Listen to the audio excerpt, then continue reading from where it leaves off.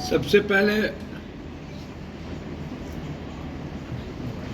पूर्णिया की जनता को मैं धन्यवाद देना चाहूँगा और एक एक साथियों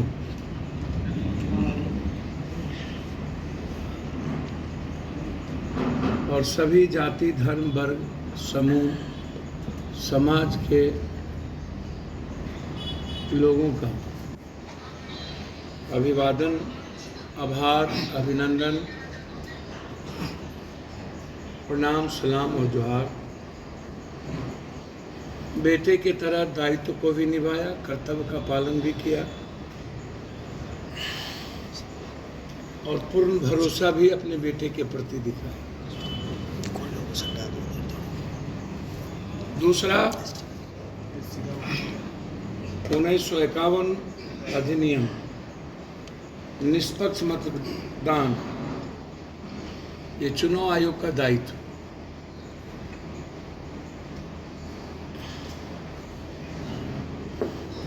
जिस तरह जनता ने चुनाव आयोग के पर भरोसा किया, वैसे मैं चुनाव आयोग से उम्मीद करूंगा कि आप निष्पक्ष काउंटिंग, पारदर्शिता के साथ अपने कर्तव्यों का पालन आप करें।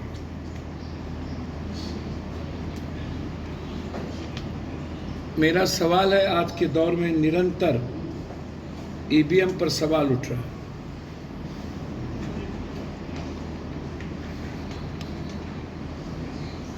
और इतना ही नहीं,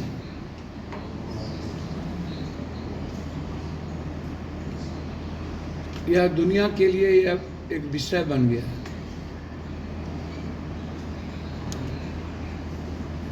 जनता का गुस्सा,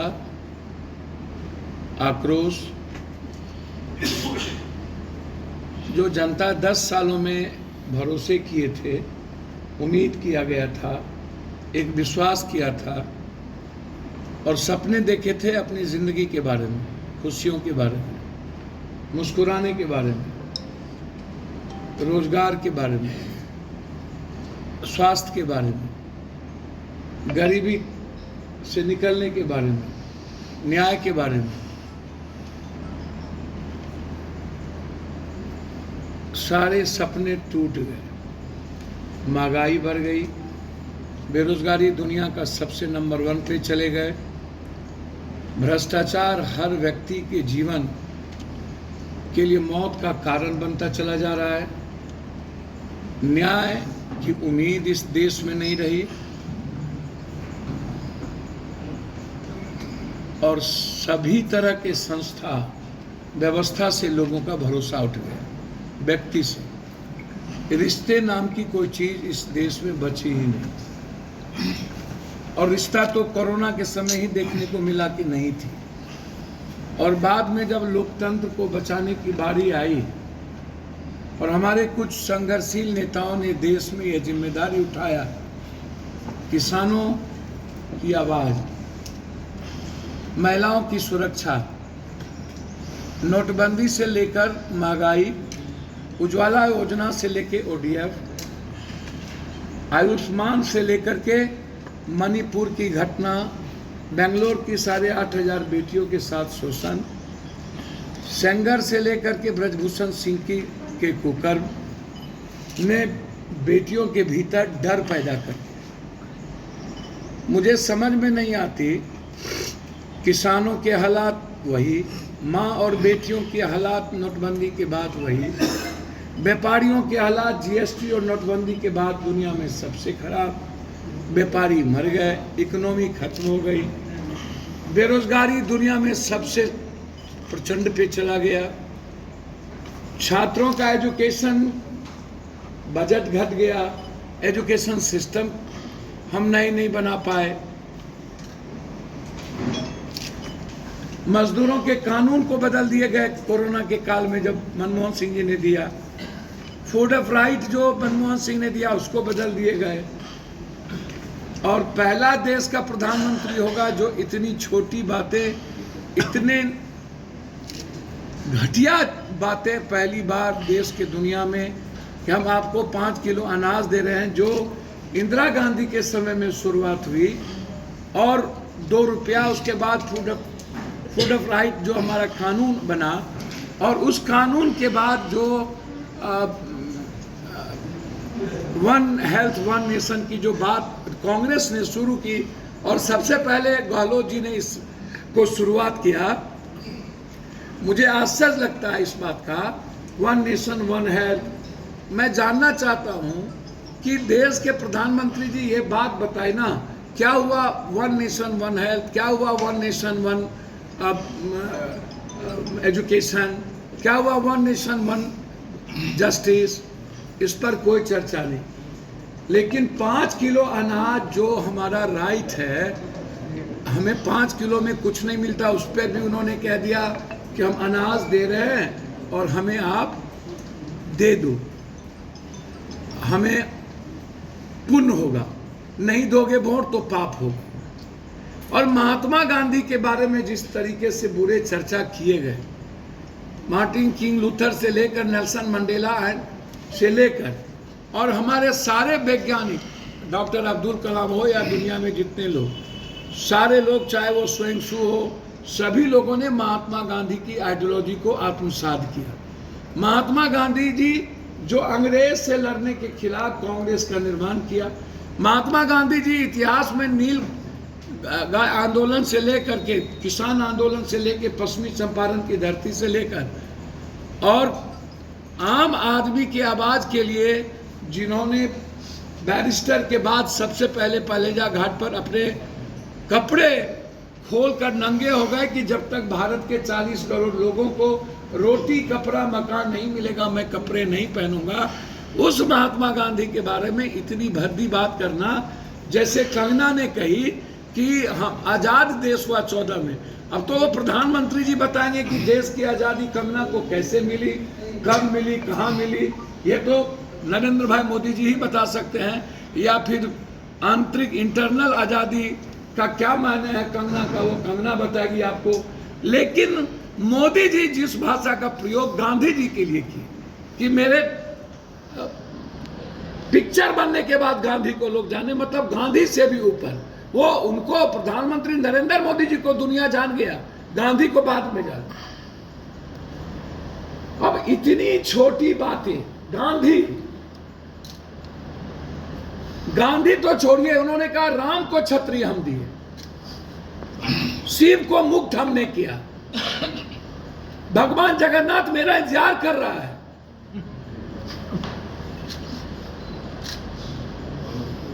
हमें आश्चर्य लगता है उनके, नरेंद्र मोदी जी के पास 2019 में नो मोदी नहीं तो कौन, पुलवामा, यूथ मोदी के साथ वोटिंग किया, मोदी पे ट्रस्ट किया, लेकिन पहली बार ना तो यूथ मोदी के साथ था, ना तो किसान मोदी के साथ था, ना इस हिंदुस्तान के लोग जब कहते हैं, मुझे कभी कभी पत्रकार पर आश्चर्य होता है, 5 किलो अनाज पर मुसलमान की औरतों ने भी वोट दे दिया, जादव की औरतों ने भी वोट दे दिया, राम जाटव की भी औरतों ने वोट दे दिया। और जो मर्द वोट दिए, जो पति, जो बेटा वोट दिया किसी और छाप को, क्या उस घर की औरतें बिना बेटा और बिना पति से जाकर के वोट दे दिया 5 किलो अनाज पे? कौन सी गारंटी मोदी जी की? जब किसान मरे, यूथ 5 सालों में उन्होंने एक वैकेंसी नहीं निकाली, 10 सालों में सारा प्राइवेट हो गया, बैंकिंग की वैकेंसी नहीं निकली, रेलवे की वैकेंसी नहीं निकली, सेना अग्निवीर हो गया, तो गारंटी किस बात की? हमको तो कोई बताए ना भाई कि मोदी जी को लोग इस देश में, आप कह रहे वोट पड़े, मैं कह रहा हूं कि ठीक है वोट पड़ी, हमें बताओगे ना कि 2024 में मोदी जी को वोट क्यों दे? जब यूथ के भीतर गुस्सा थी अपने रोजगार को लेकर, जब महिलाओं के भीतर गुस्सा थी नोटबंदी से लेकर, अब मणिपुर से लेकर के बंगलोर में 2 दिन पहले ये वीडियो जारी हुआ, तो आप हमको बताओ, तो वीडियो जब जारी हो गई 8000 लड़कियों के साथ देवेगौड़ा के पोता का बलात्कार का, उसके बाद गठबंधन को कोई औरत वोट देगा, मैं आपसे पूछ रहा हूं। और ये कह रहे हैं कि मुझको वहां ज्यादा सीट आ गई। आप हमको बताओ, योजना हम लेके आए तो मोदी जी पर ट्रस्ट क्यों करें? यदि मोदी जी को एजेंडा नहीं था, आपको बताने के लिए 10 साल में आपने क्या किया ये नहीं था, सिवाय हिंदू मुसलमान।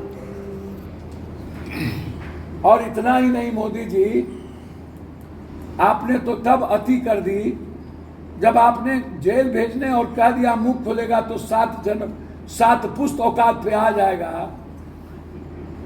और निर्वर्तमान आप प्रधानमंत्री हैं, आप कैसे मीटिंग बुला रहे हैं भाई? और आप क्या दिखाना चाह रहे हैं? 100 दिन का एजेंडा। 10 साल में आप 100 दिन का एजेंडा नहीं दिखा पाए।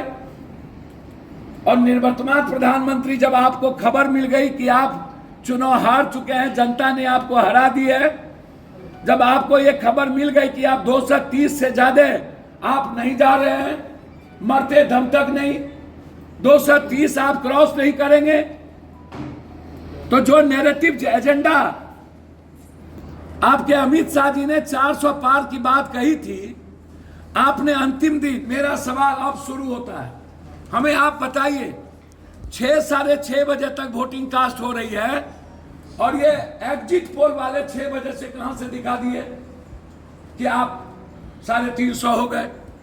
एक लोकसभा 3 जिले में है और एक जिला पहाड़ के उस पार है। और एग्जिट पोल वाले से मैं पूछना चाहूंगा कि आपके पास वो कौन सा रैंडम है, आप बताइए, मैं चैलेंज करता हूं आपको। चाणक्य का एग्जिट पोल एक बार भी सही नहीं हुआ, एक बार के बाद आज तक सही नहीं हुआ, हमेशा वो किसी को आप उठा करके देख लीजिए। अभी छत्तीसगढ़, मध्य प्रदेश और राजस्थान एग्जिट पोल देखिए, बेंगलोर का, कर्नाटक का एग्जिट पोल देखिए। 2004 में ये अटल बिहारी वाजपेयी को यही एग्जिट पोल 300 क्रॉस करा दिया था, तब का एग्जिट पोल देखिए। अरे नरेंद्र मोदी जी, जब आपका नैरेटिव था देश में 2019 में, मोदी नहीं तो कौन, पुलवामा, यूथ का भरोसा था, महिलाओं की भरोसा थी, आप नैरेटिव सेट कर लिए थे, तब आप 303 नहीं आए। जब आपके पास कोई नैरेटिव नहीं है, तब आप 350 कहां से आ रहे हैं? जब लहर नहीं, आज नरेंद्र मोदी नहीं तो कौन, ये सवाल नहीं। किसान विरोध में, महिला विरोध में, यूथ विरोध में, मजदूर विरोध में, आम आदमी विरोध में, व्यापारी विरोध में, छोटे व्यापारी विरोध में 303 तब आए। मतलब आपने एक पूर्जी दे दी। 1 तारीख को 4 बजे अमित शाह जी ने पूर्जी भेज दिया। और मैं जानना चाहता हूं CSDS और सी वोटर के मालिक से, प्रदीप गुप्ता से लेके सबसे, एक दिन पहले प्रदीप गुप्ता जी आप कह रहे थे कि कोई तूफान नहीं है। मैं जानना चाहता हूं प्रदीप गुप्ता से, एक दिन पहले कह रहे थे कि कोई लड़ाई नहीं, मुझे नहीं लगता कि बीजेपी अगले दम पर बताएगी, ये प्रदीप गुप्ता का वर्डिक्ट है। तो प्रदीप गुप्ता और चाणक्य और CSDS वाले से लेके सी वोटर वाले से मैं पूछना चाहूंगा, एक दिन पहले मुंह से नहीं बोले थे तो किस चीज से आप बोले थे? और एक दिन में कौन सा जादू मंत्र आ गया आपके पास? और अभी चुनाव खत्म नहीं हुआ और आपने एग्जिट पोल दे दिया 361 से लेके 371 के बीच में 3 ठो दिया, 361-62 और 3 ठो दिया 371। बस चाणक्य एक ठो, भैया एक ठो चाणक्य। वो तो चाणक्य का मतलब है गांजा पी करके मेंटल केस होना। वो गांजा पी लिया होगा, गांजा पी लिया ये लोग, तब ना 5 ठो सीट है, उत्तराखंड में 6 ठो जिता रहा है। 10 ठो सीट है, 12 ठो सीट है और कह रहा है 11 जीत सकते हैं, 3 बढ़ सकते हैं। और 2% यदि वोट स्विंग किया बीजेपी का तो डबल डिजिट, और कांग्रेस का 2% वोट स्विंग किया तो नीचे। वाह रे वाह, और उत्तर प्रदेश में अगले बार मायावती लाई 14%, और इस बार भी कह दिया सब 14%। अगले बार मुसलमान का वोट कटा था और एसटी एससी साथ में नहीं थे, और इस बार एसटी एससी कांग्रेस के साथ संविधान बिछाने के लिए टोटल चला गया। मायावती को 6% वोट नहीं मिला होगा, 4%, और ओबीसी का वोट चला गया अखिलेश और राहुल गांधी के साथ। तो मेरा स्विंग किया और हमको लेके चला आया, अपने चला गया 72। अगले बार जब इतना तूफान था तब इसको आया 62, और इस बार चला गया 72।